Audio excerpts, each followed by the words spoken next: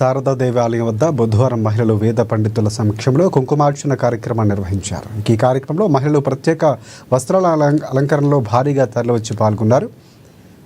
కలశ పూజ, గణపతి, లక్ష్మీదేవిలకు ప్రత్యేకంగా పూజలు నిర్వహించారు. మహిళలు అమ్మవారికి ఇష్టమైన కుంకుమార్చన చేయటం ద్వారా మహిళలకు ఒక గౌరవం, అమ్మ దీవెనలు పొందేందుకు ఒక మార్గమని పండితులు అన్నారు. కుంకుమార్చన ద్వారా రెట్టింపు పుణ్యఫలం వస్తుందని భావించారు.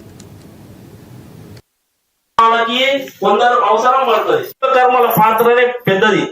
సమస్త దేవత మహాశక్తి స్వరూపులైన అవతారం దుర్గా అవతారం. ఈరోజు మహానవమి పుణ్యం, చాలా పుణ్యప్రదమైనటువంటి రోజు.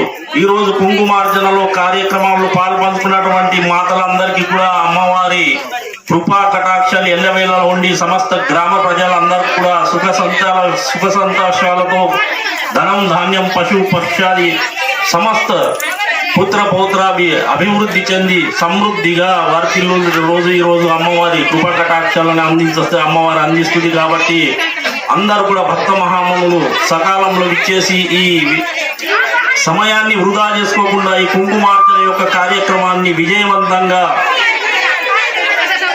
నెరవేర్చుకొని అమ్మవారి కృపా కటాక్షాలను పొందగలరని మన జై శారదా మాత, జై